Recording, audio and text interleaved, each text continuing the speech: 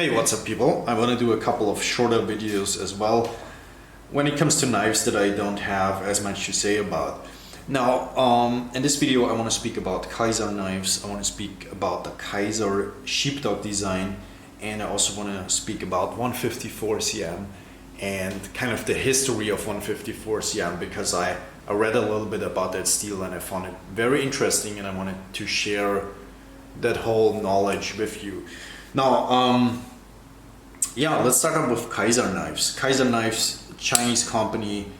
I think they're only getting better, really. The quality that Kizer knives delivers for the price they ask for it, and a lot of these knives are on sale very often, very regularly. I think it's pretty insane. I personally like Kizer knives better than CVV. I like them better than the whole V-Knives brand, V-Knives, Senkatsu BB, QSP, all the other Chinese knife companies currently that are a little bit better in quality. I think Kizer is my favorite because something about the feel about those knives speaks to me more. I had several Kizer knives over the past few years, and yeah, I think they're really good. I think their heat treatment is good, their geometry is good, their build quality pretty insane for what they cost. Obviously it's a Chinese knife brand, so you always have to ask yourself the question, why do they cost so little, and what kind of human suffering goes into that price as well? Or what kind of price do we have to pay in the future if we produce everything in China? That's a whole different topic. I personally have come to the conclusion that I don't really want to buy Chinese knives as I did before, which goes back quite a while, because I have had that thought when I was getting into knife collecting. I don't want to have Chinese knives. And then I saw what China can deliver in terms of quality, in terms of price to performance ratio. But honestly, I'm at a point where I want to say, I want to support my own country, and I want to support the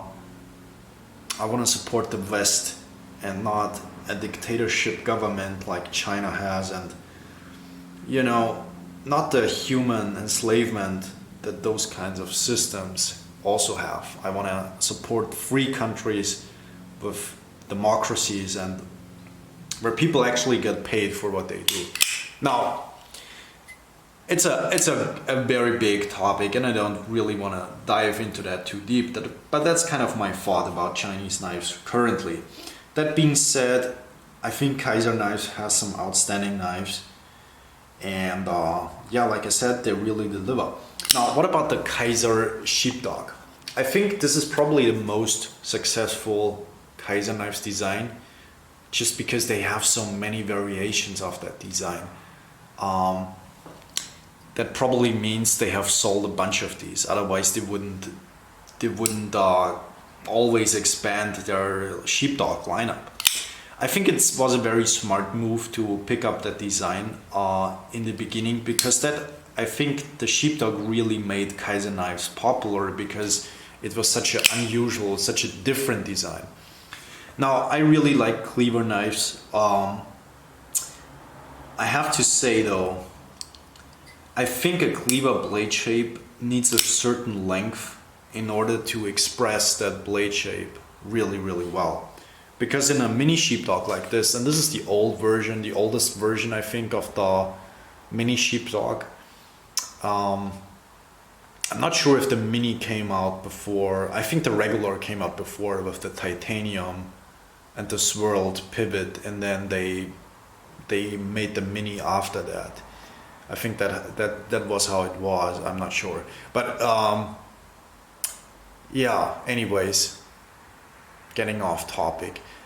This is the older version of the mini Sheepdog. They have a non-flipper version as well, which I like a little bit more, honestly, because I'm not a flipper guy. Primarily, I like thumb studs or thumb holes more than I like flippers. But when I bought this, the thumb hole version was not available yet. So anyways, I think the flipperless version is better because you can kind of choke up here where that flipper sits now. which gives you a longer handle. You can see I have small hands and I can barely get all my fingers on this handle, so it's a small knife and it doesn't feel confident. You don't feel confident when cutting with this knife. This is not a knife you're gonna use for big cutting tasks, but still it doesn't feel confident, inspiring. So I would say pick up the medium version or pick up the flipperless version so you get a better grip on that knife. Also, it's kind of heavy for the size of knife you're looking here. And it's also wide in the pocket, and therefore I oftentimes choose to go with a different style of knife when I go with a small knife. I usually take a small knife only in combination with a bigger knife or with a fixed blade. So I want the small knife to be as lightweight and as easy to carry as possible. And I think, you know, knives like a Spyderco Chaparral are far better for that because they're thinner, lighter, narrower. They also cut much better than the Mini Sheepdog. They're also way more expensive, but the Mini Sheepdog, because of the cleaver design, I mean, it's not thick behind the edge, really.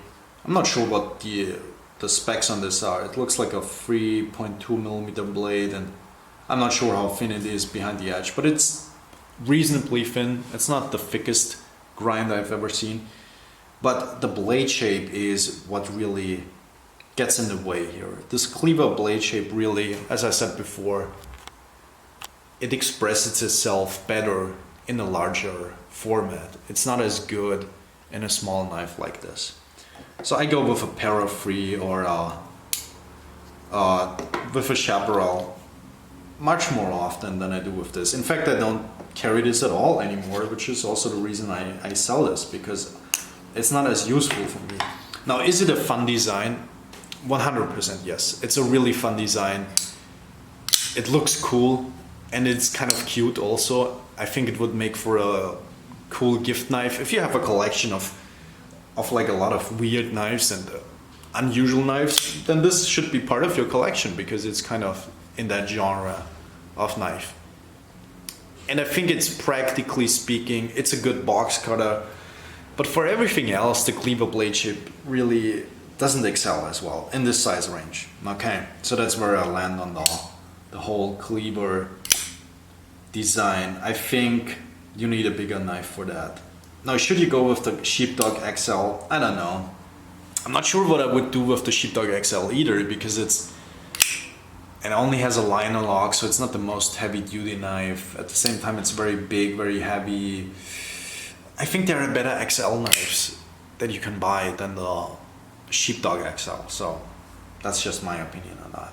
So I would probably, if I would buy this again, I'd probably go with the medium flipperless version or with the small flipperless version. Yeah, that's kind of my take on the Sheepdog. Pretty cool knife, pretty interesting. I'm very glad that I could check it out and have it for a while, and I'll pass it on to somebody that loves it a little bit more than I do.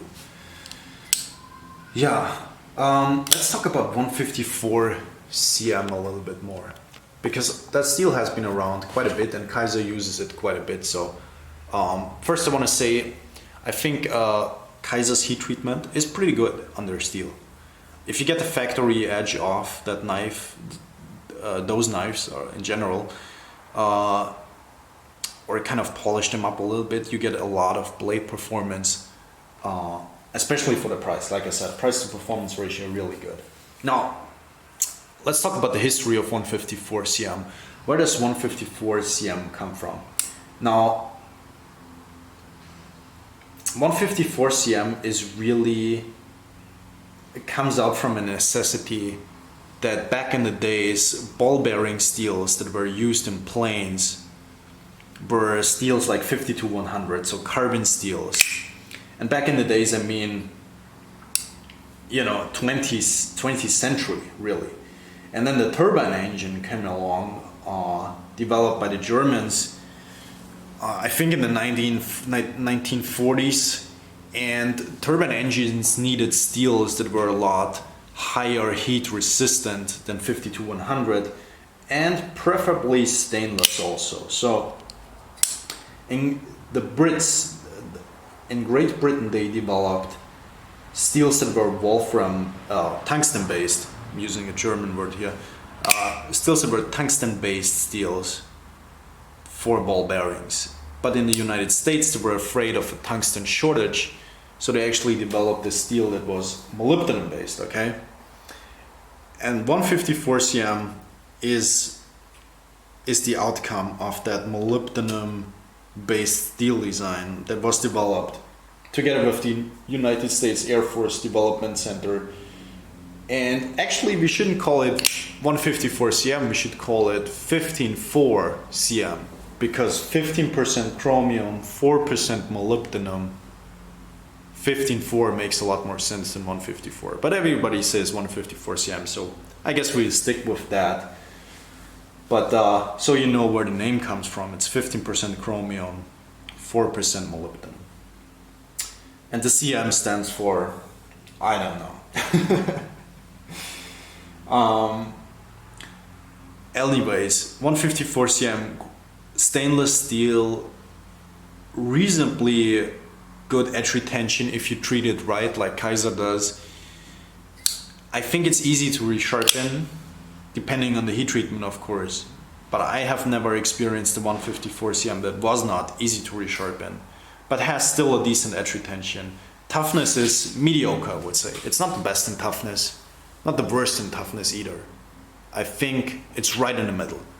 So 154 cm, good steel at this point, almost an old school kind of steel that was used like 10 years ago a lot more than it is now. But I'm glad it's still around because it's not a bad steel at all.